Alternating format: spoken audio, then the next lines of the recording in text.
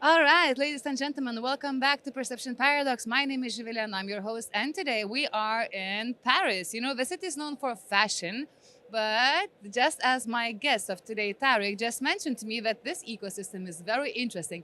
And today we are tuning in from Adopt AI conference that gathers many different industries when it comes to AI and are here to challenge very interesting topics. And today, for our conversation, I invited and have a good old friend of mine, Tariq Krim. We met like literally back in 2018 in Copenhagen when a very good tech festival was happening there. And I've been following his journey and everything what comes about tech, AI, engineering. He's been in the industry for quite some time. So Tariq Krim, welcome to Perception Paradox Special Edition at Adopt AI. Hello, hi. Thanks for having me. Thank you for joining, for finding your way here. And it's really great to have you here because you're not only a master in engineering AI technology, but you're also a veteran of the French ecosystem, aren't you?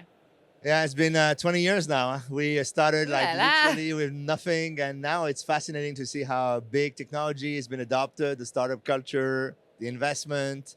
Even if I feel like it's the machine is hitting a lot now. There's so much talk about AI, so much talk. I'm interested in me more in what's next. Uh-huh. I'm very curious as well. So that's why I thought it would be very clever to invite you here because I see you always being ahead of the curve.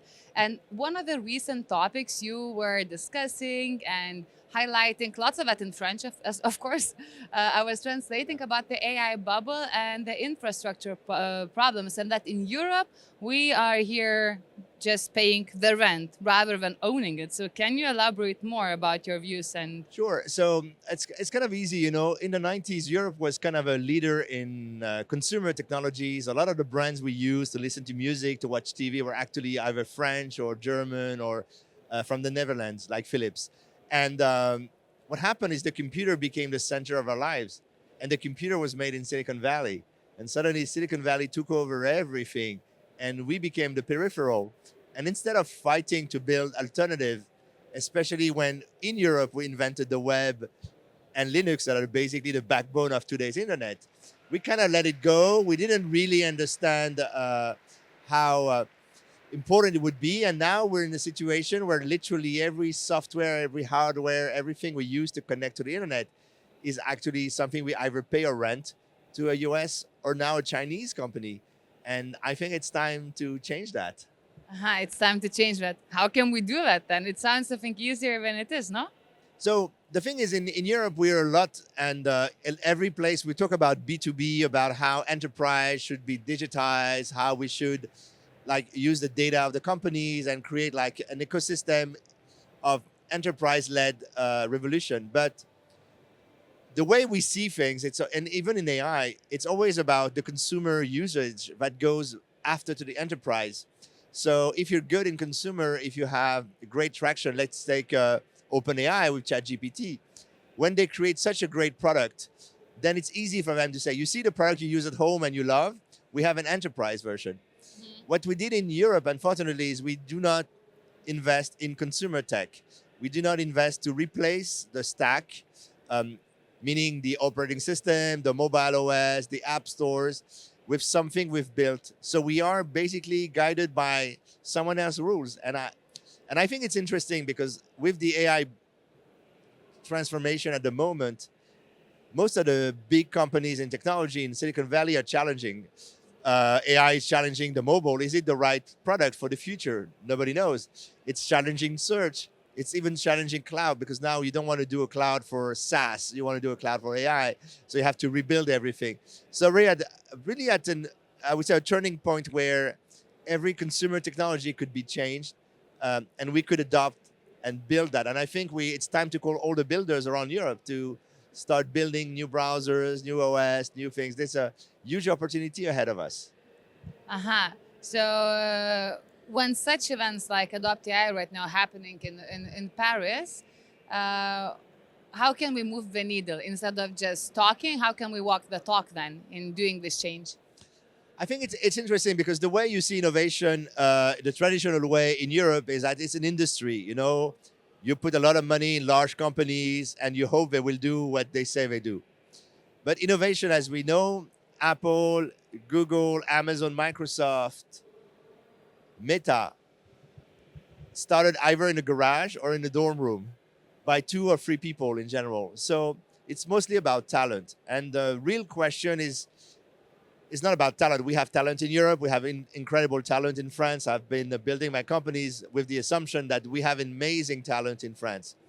What we don't have is the ability to nurture the talent, to let it grow, especially in consumer, where a lot of people think, oh, it's a lost battle. We don't need to do this. We don't need to go there. The reality is we should, and also we need to learn how to scale. The beauty of it in the US is that not only they know how to build products, but they know how to scale. They know how to go from millions of users to billions of users. This is something we don't really know. I mean, a few companies, maybe Spotify knows a little bit of how to do it. Revolut, there's a few companies. Yeah. But we need to learn to do that. And I think the world would be better if European companies with European vision had a bigger footprint worldwide.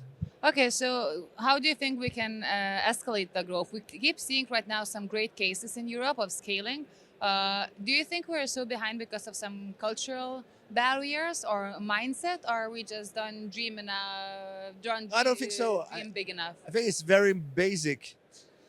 When the wait for scale is an app is a mobile platform owned by a company, owned by 2 companies actually, and they say to tell you this is how things are going to be. You can't really on a mobile. You cannot really build the product you want. You have to follow either Apple or Google guidelines.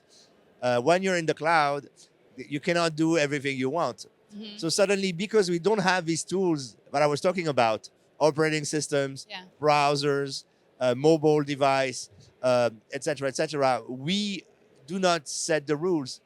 So we are like in a kindergarten, there's a door around us, and there's someone always, an adult say, oh no, you can go out. You cannot do that. It's too dangerous. But the reality is we have to get out of this and start rebuilding, I would say, our own ecosystem. And if we do that, then we can scale, because the reason the US and China are so good at what they do is they have decided to do this. China has built several operating systems, has zillions of mobile phone companies, have their own cloud service, their own browser, their own database, their own AI. They have built all that. And because they have built all that, they can leverage it for growth. We do not. So we have to always pay for growth. That's the difference. But that also has the ceilings, right? We pay, we codepend, and at some point it can clash. Yeah, because another thing, as you mentioned, has changed is that in the past, the world was flat. Everybody was happy. Tech was fantastic. Now everyone has, we're the age of, I always say we're post-truth, pre-war era. And we are in a world where if you use someone else's product, they might be tainted. They have maybe, the way we design, they can take access to your data, private data, business data. So this is not a world that is trustworthy. So the other reason why we need to have our own infrastructure is that in the world that is about to come, you can't totally rely on US or Chinese platforms. Yeah, but do you see anyone right now pioneering that infrastructure build? Because what I've noticing a bit from a side, not that actively involved in the engineering side, on the engineering side itself, that we just keep putting regulations that Yeah. limits the growth and the build. Is that the thing? Exactly. We don't own, so we regulate. If Yeah. we own, the Americans would regulate us, or the Uh-huh. Chinese would regulate us. The regulation is the byproduct of the fact we don't build. But you're talking about examples. Me, I love Andreas Kling in Sweden. The guy is starting a browser. He started with an operating system, and then he started a browser. There are about 7 or 10 people. And everyone at Google said, no, to build a browser, you need $1 billion, a big team. Reality is the guy has done this with like literally nobody, and he's almost as good as Mozilla now.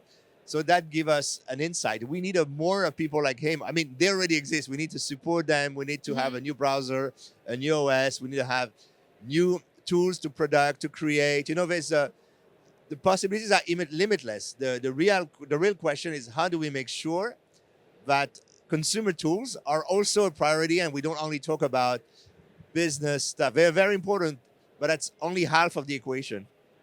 Absolutely. And right now we are in the AI bubble. AI this, AI that. And a lot of that AI is very fragile and is Yes. built on the codependent systems, as you mentioned already before. Um, do you think we are approaching the burst of some bubble of AI, or what would be your forecast? So this is a very weird bubble. If it's I think now it's a bubble. Everybody talks about it. Like, It's if you don't have AI, like, no, you're not but in a doing different way anything. because I first I we have to remind everyone that the big companies who invest in AI, they have the money. The big tech, they have $500 billion in cash Mhm. at the bank today, and they generate roughly 300 billion every year. So they have the money. The problem is not the money. The problem is the infrastructure. We've built too late, too small, and because of the chips. By the way, Nvidia chip is the price of a car. Just to remind Yes. our audience, Yeah. um, they're extremely expensive. They consume so much energy, and suddenly we're looking at the energy and like, oh, we may not have enough energy. And this year, everybody's looking at the data centers. Oh, there's a lot of data centers coming out, but they're coming out in like 2028 or 2029. And in between, we're gonna have a gap of 2 or 3 years where literally it's gonna people are gonna struggle to put the invention, the GPU. Yeah. That's why I call it a GPU slot crunch, because we don't have enough place to put all these GPUs. So the thing is, we have huge ambition, but the infrastructure and the energy and possibly the political will, because don't forget that when you take so much energy to put in data centers, the price, I think the New York Times made a study, the price around a data center of electricity for the regular people goes up 275% That's average. wild. So a lot of people are not happy. They say, "Oh, it's great AI, but not on my backyard," right? So it's going to be a fascinating era, and Yeah. we're just at the beginning. And I think we should just open a nice popcorn box and look how it's going to go. But for sure, there's a lot of companies who went too far. There's a lot of bullshit, Yeah. There's a lot of very interesting ideas that are here too early as well, and we'll see. I mean, it's just starting. I remember being in San Francisco during the first bubble. One day you had like massive craziness, advertising everywhere, and one day later everybody was looking for a job. So it's going to be an interesting play. But I'm sure a lot of the technology is here to stay. The question is, are the investment made for the moment that smart? Some are, but not all of Yeah. them. That's amazing. Really great and sharp insights. I would like to, since we're getting closer to the end, I would like to shift our conversation a bit also to a personal use and application, right? We speak a lot about different tools and solutions for AI. How do you yourself, as an entrepreneur, investor, ecosystem player, apply AI into your daily Yeah. life and routine?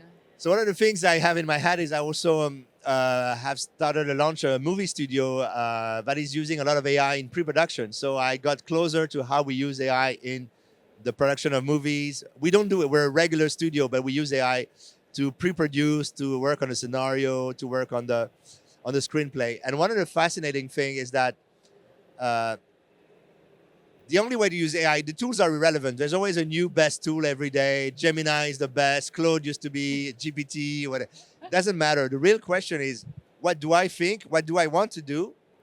It always starts with the human question, and then all these things are either a tool, and sometimes they're a collaborator, because the insight from AI can be interesting. Say, oh, I like that. I'm gonna pick it up.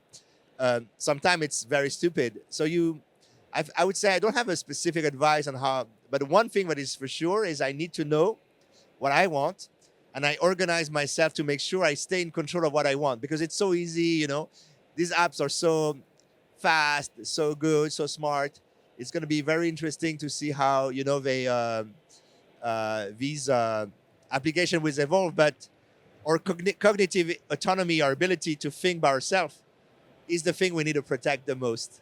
100%, because I think cognitive offloading with younger generations is the thing now, and that's quite scary. Yeah, but there's ways to go around it. I always say I start with paper, because Yeah. that's the only way I can think, and then I finish with GPT and all these Yeah. apps. So yeah, it's in between both. Yeah, that's how I use it. Okay, Tariq. So, what would be your final thought for people to ponder on who are listening to us today? Oh, I think we're. I always believe we're back in the 90s, in a sort of 90s vibe. And for me, the 90s was the moment where technology was at its best. It was the most hopeful. It was the most funny, the most passionate thing. And I think we need more passion. When I see a lot of people here, it's a business for them. For us, it was like the passion of our lives that we were dreaming about what we could do. We need to bring more passion, and we need to bring more passionate people in this industry, and it will be better, I think. Ladies and gentlemen, it was Tariq Krim who brought us a lot of optimism, passion, knowledge, and insight. So I guess, yeah, let's get our autonomy back and let's keep building, creating. Let's not be afraid of technology and innovation because that's the only way further. And I loved your alternative that it's kind of back to the 90s. And Yeah. this, I think, let's bring back our curiosity to do cool Absolutely. stuff, no? No, it's gonna be interesting. I'm a realistic by nature, but optimist at the moment. Wonderful. So if you want to follow Tariq's thoughts, Journey Philosophers, I'm going to leave information in the show notes. And thank you everyone who joined us today here in Grand Palace at OptiEye. It was me, Zivile, Tariq Krim, and yeah, see you next time.